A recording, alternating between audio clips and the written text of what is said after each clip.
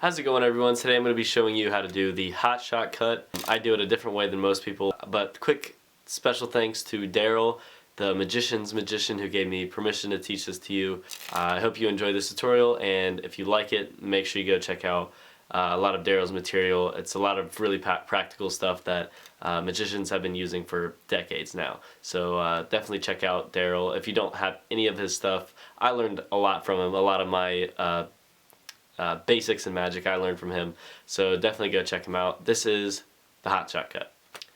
Okay, so for the Hotshot Cut you need to know how to do a one-handed cut. Now the cut that I prefer to do is a scissor cut, which looks like this.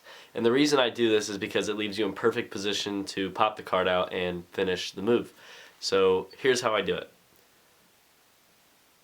Just like this, and then now you can see I'm in perfect position to slide this bottom card out and shoot it from the deck. Now let's go over the mechanics of the move. So what's happening here is the card that is on bottom of the deck is the card that is getting stuck out of the deck and then flung out like that. Let's go over the one-handed cut to start off with here. So the scissor cut, again, is what I use, and here's how you do it. You're going to hold it in like an elevated straddle grip, which is basically pinky on the bottom, index finger on the top, and your middle fingers here, your middle finger and your ring finger on the long side, and then your thumb in its normal position. And it's elevated, so it's held basically at the fingertips like this. And here's what you do from here. The thumb is going to come over to this corner here, so the corner closest to your pinky, and it's going to pick up about half of the cards, like so, and swing it. And it's rotating around the index finger here. So everything's revolving around the index finger. So I'm picking it up by the corner and then I'm dragging my thumb in this direction, like this. Okay? And I'm going to keep doing that, and my pinky is also going to be moving outwards that way. And I'm just going to stretch my hand to the max. This might be a little bit uncomfortable when you first learn this cut, but trust me, you'll get used to it. And you might have a little, like, blisters or a cut somewhere around here on your index finger from the bottom of the deck pressing so hard, but once you get good at the cut, it won't be much of a stretch, and therefore it won't have to press into your finger as much. So like this,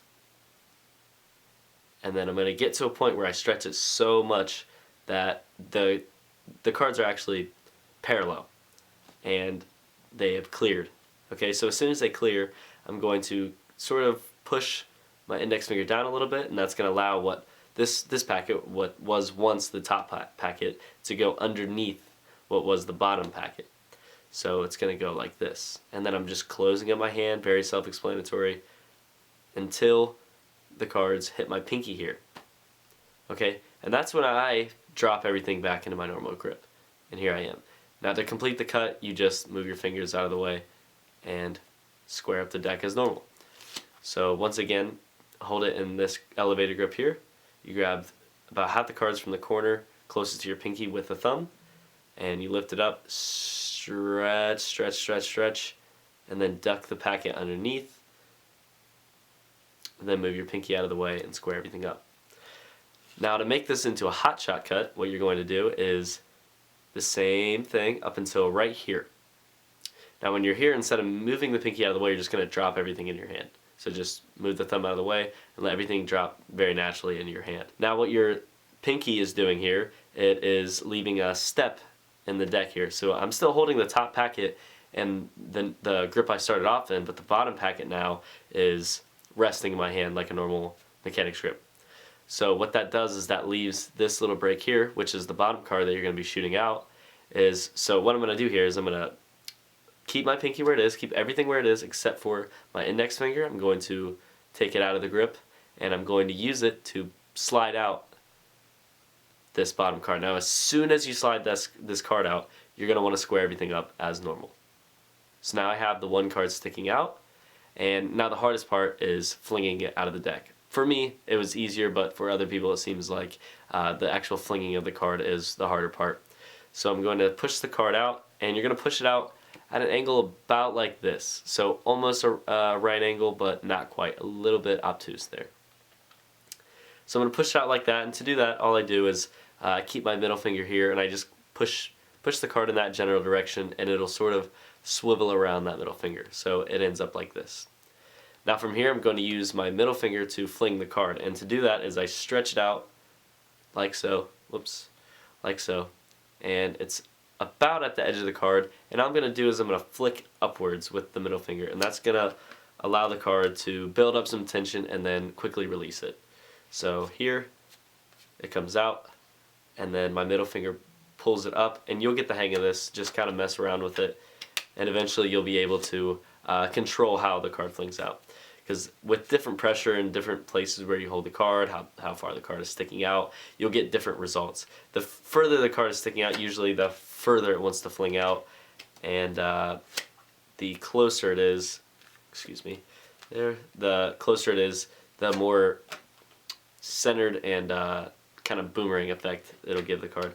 So again, regular cut, push it out, just swivel it around the middle finger, then the middle finger is going to pull up and see all this tension building, and then once this corner slips out, it's going to allow the card to spin and shoot out this way. Now there's a couple different ways to catch the card in the other hand. I use two different ways for two different situations. If I really want to build up some suspense, I will catch it like this, and that allows me to reveal the card slowly or however I want. Another way to catch it is to catch it like this, which is a little bit more of a flourishy kind of quick way to do it. So if you want to make this more into like a flourish, you would probably fling the card out like this, catch it, and then you probably would go into whatever weird things that flourishers do. I don't know. So yeah, two different situations. I catch it two different ways. Catch it in your hand very lightly. This just takes a lot of practice. It took me about a year to get down because I never knew which cut to use or which how to fling it out correctly and how to catch it. It took a lot of time, but once you do get it down, you'll have a lot of fun practicing in your room, just flinging the card as far across your body as you can, and then trying to catch it and holding your hands out like this and flinging it and whatever. But you'll have a lot of fun with it. Let me know what you think. Peace out, guys.